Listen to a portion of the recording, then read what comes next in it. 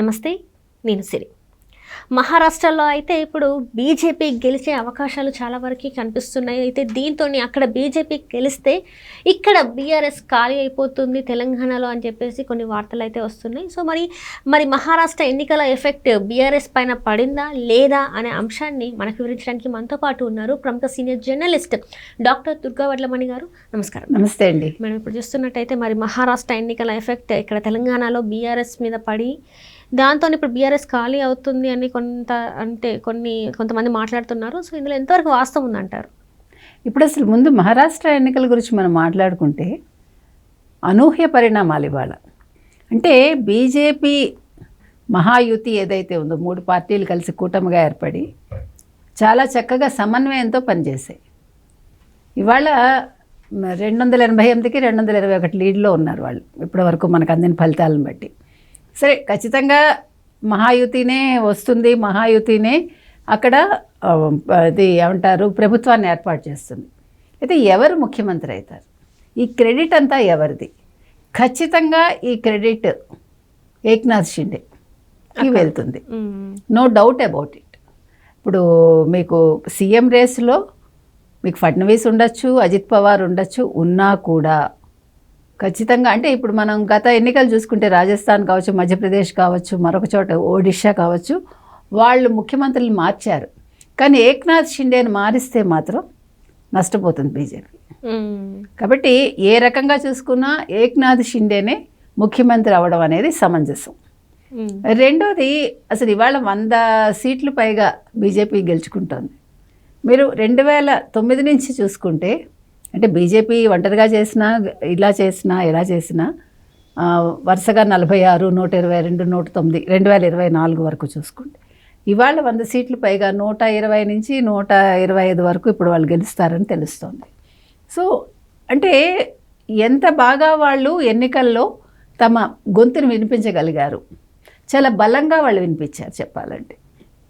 ముఖ్యంగా ఇక్కడి నుంచి నేతలు వెళ్ళారు, ఈవెన్ పవన్ కళ్యాణ్ వెళ్ళి ప్రచారం చేశారు. యాక్చువల్గా చంద్రబాబు నాయుడు గారు వెళ్ళాలి, కాకపోతే వాళ్ళ బ్రదర్ చనిపోవడంతో వారు క్యాన్సిల్ చేసుకోవాల్సి వచ్చింది. ఎవరు వెళ్ళినా కూడా ముఖ్యంగా తెలుగు వాళ్ళు కూడా మీకు కీలకం అయ్యారు. మహారాష్ట్రలో కూడా చాలామంది తెలుగు వాళ్ళు ఉన్నారు.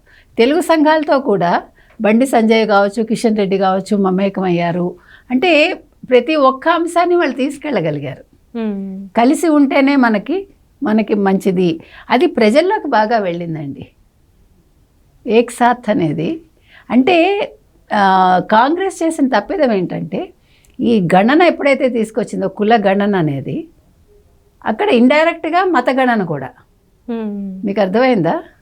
బంగ్లాదేశ్ అనే ఒక విషయాన్ని ఇక్కడ వీళ్ళు బాగా ప్రొజెక్ట్ చేసింది బీజేపీయే కాదు, మహాయుతి 3 పార్టీలు, శివసేన కావచ్చు, అజిత్ పవార్ కావచ్చు, మరొకళ్ళు కావచ్చు, చక్కగా వాళ్ళు.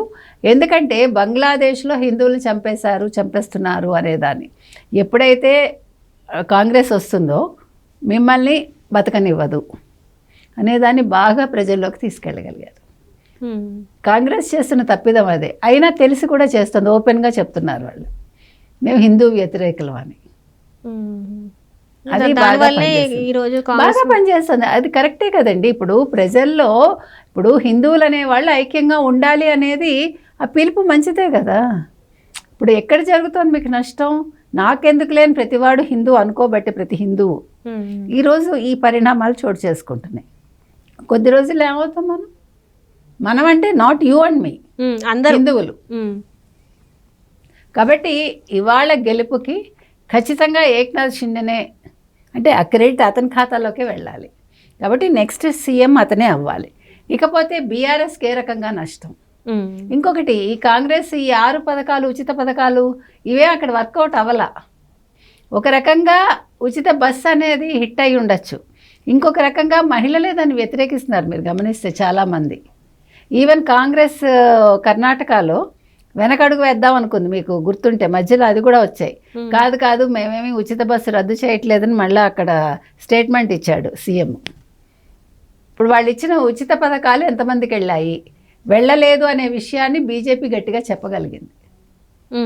తర్వాత బీజేపీ ఇంకో పని ఏం చేసిందంటే ఎన్నికల ముందు మహిళలకి 1500 1000 ఉచితంగా ఇవ్వడం అనేది ఒక పథకాన్ని పెట్టి ఇచ్చింది. అది కూడా వర్కౌట్ అయింది. అంటే వీళ్ళు చాలా వ్యూహాత్మకంగా వెళ్ళారండి. అయితే ఇవాళ మహారాష్ట్ర ఎన్నికలు ఎందుకు ఇంత ప్రాముఖ్యత సంతరించుకున్నాయి? వాట్ ఫర్ బీజేపీకి ఏంటి దానివల్ల అంటే, ఇది ఒక రకంగా టెస్టింగ్ ఫర్ మోదీ. ఇప్పుడు మోదీ మరింత బలోపేతుడవుతాడు. ఇది మోదీకి ఇది చాలా మంచి అవకాశం అన్నమాట. మహారాష్ట్రలో కనుక ఓడిపోయి ఉంటే నెక్స్ట్ మనకి ప్రైమ్ మినిస్టర్ మారే అవకాశం ఉంది అనేది మనకి చాలా వార్తలు వినిపించాయి. సో ఇవాళ మోదీ ప్రధానిగా సుస్థిరంగా ఉంటాడు. అంటే 5 ఏళ్ళు ఉంటారా ఉండరా అనేది ఆర్ఎస్ఎస్ నిర్ణయాన్ని బట్టి ఉంటుంది. ఎందుకంటే వాళ్ళు 75 ఏళ్ళు దాటాక సాధారణంగా they won't allow. Maybe exceptions ఉండొచ్చు, మనకు తెలియదు. ఏది ఏమైనా ఇవాళ మహారాష్ట్ర ఎన్నికలు ఏం చెప్తున్నాయంటే, బీఆర్ఎస్కి ఇవి చాలా పెద్ద దెబ్బ. ఇప్పుడు ఇక్కడ బీజేపీ బలం పుంజుకుంటుంది ఎక్కడ? తెలంగాణలో. ఎందుకంటే ఇప్పుడు కాంగ్రెస్ మీద ఒకలాంటి అయిష్టత మొదలైంది. ప్రజల్లో విశ్వాసం కోల్పోతోంది కాంగ్రెస్. ఇప్పుడు మూసీ ప్రక్షాళన అనేది చాలా మంచి పని, కానీ అది చాలా నెగిటివ్ ఎఫెక్ట్ ఇస్తోంది. ఇంకొకటి, ఎక్కడికక్కడ బీఆర్ఎస్ ప్రతిదాన్ని నెగిటివ్గా చూపించటంలో ముందుంటోంది. వాళ్ళు చేసిన తప్పులు చూపించుకోవట్లా. కాంగ్రెస్ ఎక్కడ దొరుకుతుందా దాన్ని ఎండగడదామని చూస్తాం తప్ప బీఆర్ఎస్ ఏం చేయాలనే స్ట్రాటజీ వాళ్ళకి లేదు. మీరు గమనించండి. ఎంతసేపు ఇప్పుడు వాళ్ళ అవినీతి బయటపడుతోంది. ముఖ్యంగా మనం మాట్లాడుకున్న ఫోన్ ట్యాపింగ్ వ్యవహారం, అది చాలా పెద్ద ఇష్యూ. వాళ్ళు ఇవన్నీ పక్కకు పెట్టి మసిపూసి మారేడుకాయ చేసి రేవంత్ రెడ్డిని టార్గెట్గా మాత్రం వాళ్ళ పాలిటిక్స్ నడుస్తున్నాయి. రాహుల్ గాంధీ టార్గెట్గా వాళ్ళ పాలిటిక్స్ నడుస్తున్నాయి. దీనివల్ల ఏం కలిసి వస్తుంది? వాళ్ళకి నష్టపోవటం తప్ప. ఇప్పుడు మీరు నియోజకవర్గాలకు వెళ్ళి ఏం చెప్తున్నారు ప్రజలకి? నన్ను అరెస్ట్ చేసుకోండి, నేను యోగా చేసి బయటకు వచ్చి నేను పాదయాత్ర చేస్తాను అని ప్రకటించాడు కేటీఆర్. అదా నువ్వు చేయాల్సిన పని? నేను చేయలేదు తప్పని చెప్తున్నాడు ఎక్కడైనా? కేసీఆర్ అసలు ఎందుకు బయటకు రావట్లేదు? ఇప్పుడు 2004 నుంచి 2014 వరకు నువ్వు ప్రతిపక్ష నేతగా నువ్వు వెళ్ళావు అసెంబ్లీకి. మరి ఇప్పుడు ఎందుకు ఇట్లా ఉంటున్నావు? ప్రజలు అడుగుతున్నారు అసలు కేసీఆర్ ఎక్కడ? రిజల్ట్ వచ్చాక కేసీఆర్ కనిపించాట మనకి? హార్డ్లీ ఒక సభలో కనిపించాడు, ఒక్కసారి 2 సార్లు. అంటే వీళ్ళు ఒక పెద్ద ఉద్యమాన్ని నడిపాను అంటాడు, ఒక ఉద్యమ నేతగా నిలిచాడు ఆయన. 10 ఏళ్ళు నీకు పట్టం కట్టాక టీఆర్ఎస్కి నువ్వు బీఆర్ఎస్గా మార్చుకుని, మీకు గుర్తుందా జాతీయ పార్టీ పెట్టేస్తాను 600 కార్ల ఎంత మహారాష్ట్రకి వెళ్ళాడు? దేనికి వెళ్ళావు? ఈరోజు మరి మహారాష్ట్ర ఎన్నికల్లో నిల్చున్నావా? నువ్వు నిల్చోగలిగావా? బీరాలు పలకటమేగా.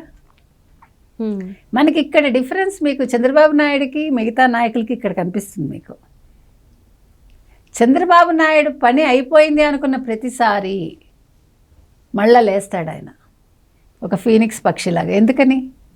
తెలుగుదేశం స్టాండ్ ఎప్పుడూ ఒకలాగానే ఉంటుంది. తెలుగుదేశం ఎప్పుడూ కూడా పక్క చూపులు చూడదు. తెలుగుదేశం నుంచి ఎంతమంది వెళ్ళిపోయినా పాత వాళ్ళందరూ అక్కడే ఉంటారంటే వాళ్ళు పట్టుకుంటారు. ఇప్పుడు చంద్రబాబు నాయుడు వాళ్ళని వదలడు. కార్యకర్తలు పార్టీని వదిలి వెళ్ళరు. అది కావాలి పార్టీకి. 40 ఏళ్ళు ఆ పార్టీ ఉంది అంటే అది నాయకుల గొప్పతనమేగా. ఎన్టీఆర్ 12 ఏళ్ళే ఉన్నాడు, 30 ఏళ్ళుగా ఆ పార్టీని నడుపుతున్నది చంద్రబాబు నాయుడు. సో నాయకుడు అనేవాడు ఎప్పుడూ కూడా సరైన వాడైతే పార్టీ చీలికలు పేలికలు అవ్వదు. బీఆర్ఎస్లో ఇవాళ అది లేదు. అక్కడ కేసీఆర్ ఫెయిల్ అయ్యాడు. వాళ్ళు ఇంకా గమనించట్లా. కాబట్టి మళ్ళా ఎన్నికలు వచ్చేస్తే 28లో బీజేపీకి ఇది మంచి అవకాశం అండి. బీజేపీ కనుక ఇప్పుడు బలం పుంజుకుంటే నెక్స్ట్ పాగా వేయటానికి అవకాశం ఉంది తెలంగాణలో.